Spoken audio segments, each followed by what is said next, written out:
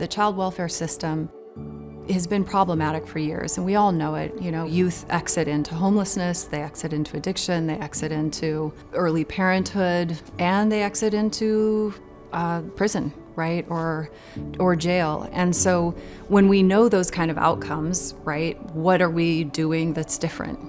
And I think that that's a really important question, because one of the things that I am really excited about is being at Friends of Youth, because we are bold about how are we actually going to move the needle. One of the biggest values we have at Friends of Youth is to be youth-centered, where we place the client at the highest point of everything we do. And any conversation we have, any big decisions we make, we have to go through this litmus test of checking. And what does this do for the client? Is this youth-centered? Are we asking the client the questions that we're asking ourselves?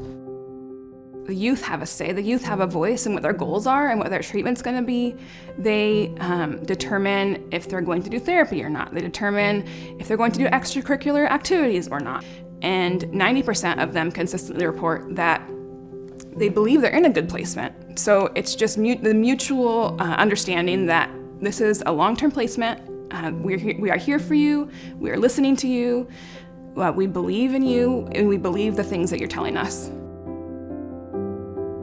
I came to United States at the age of 16. I was not in the foster care system, but my situation was very similar. New culture, new school, new language, new family, new food, everything is new. The weather.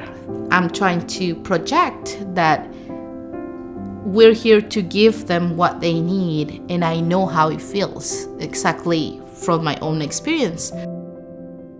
And you know, my why is directly related to my own experience of growing up half my life in the child welfare system. Whether I wanted to be there or not, I had no choices. I didn't get to choose what clothing I wore. I didn't get to choose when I ate. I didn't get to choose where I lived.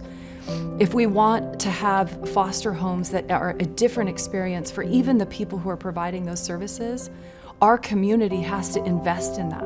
It's going to require our community to be unapologetic about saying we are not doing this to another child.